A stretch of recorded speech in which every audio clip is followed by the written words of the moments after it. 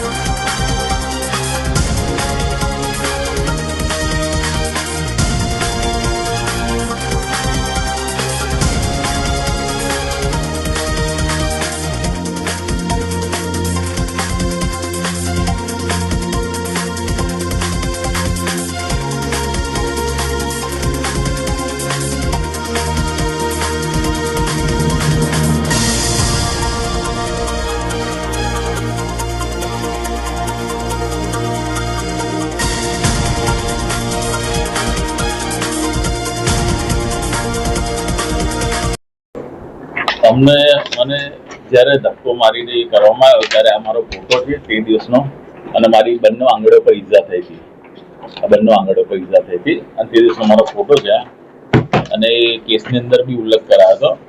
અને આ મારો બીજો ફોટો છે કે જ્યારે હિતેન્દ્રભાઈ જોડે હું રજૂઆત કરી રહ્યો છું, વાતચીત કરી રહ્યો છું, અને આટલા જૂના કાર્યકર, પાયાના કાર્યકર શાંતિથી સાંભળતા હોય તો એના અંદર જો આવા યોગેશ પરમાર જેવા ગુંડા તત્વો ગીરી કરતા હોય તો ખરેખર ભાજપે આની નોંધ લેવી જોઈએ। અને આજે ભાજપની છબી પર આજે જે ખેડાઈ રહી છે ભાજપ, એની જગ્યાએ આવા જે ખૂન પશ્ચિમોને જે બલિદાન આપીને ગયા છે કાર્યકરો, નેતાઓ, એની જગ્યાએ આવા નેતાઓની છબી બની રહી છે। તો ભાજપે ખરેખર એક સાચા ન્યાય તરીકે અને સાચા ધ્યેય બાજુ નિર્ણય લેવાની જરૂર છે કે હવે ભાજપની છબી ના બગડે તો સારા વ્યક્તિઓને ન્યાય મળે। જે બનાવ છે એને દુઃખદાયક બનાવ કહેવાય. લોકતંત્રનું હનન અને મર્ડર થયું કહેવાય.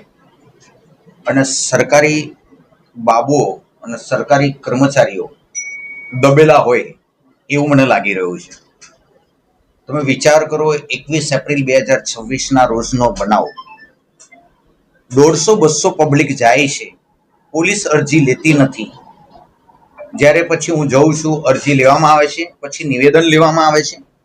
બનાવમાં એવું છે કે ભાજપના અમુક ગુંડા તત્વો, જે એક વ્યક્તિ બાપ સારો હોય પણ બેટો નામ ખરાબ કરે એટલે બાપનું બી નામ ખરાબ થાય, એવા અમુક ગુંડા તત્વો, જેમાં એસસી સેલનો પ્રમુખ યોગેશ પરમાર, જે પોતાની જાતને હીરો માને છે, પરંતુ હું તો એને ગુંડો જ કહીશ.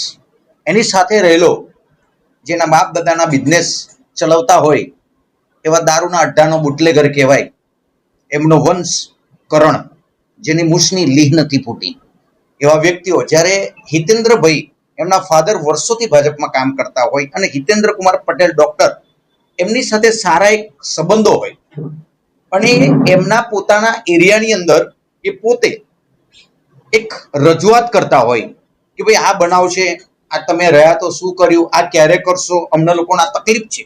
રજૂઆત કરવો એ ગુનો નથી, દરેક નાગરિકની એ છે. પરંતુ આ રજૂઆત કરે છે, વિડીયો બહુ વાયરલ છે, દરેક ન્યૂઝમાં છે, અને એ વ્યક્તિ ડાયરેક્ટ આવીને વિડીયો બંધ કરવા કહે છે. યોગેશ પરમાર ડાયરેક્ટ હિતેન્દ્ર રમણભાઈ પેન્ટર, એમને ડાયરેક્ટ ધક્કો મારે છે અને ગુંડાગીરી ચાલુ કરે ને કરણ બી આવીને મારવાનું. આ પ્રી પ્લાનિંગ હોઈ શકે. એના પછી જે પીઆઈ જે બાપોદના છે, એમને અમને બહુ જ ધક્કા ખવડાયા. અમે એ પણ કીધું પીઆઈ સાહેબને કે તમને કોઈનું દબાણ છે, પરંતુ એ હસ્યા જ કર્યા.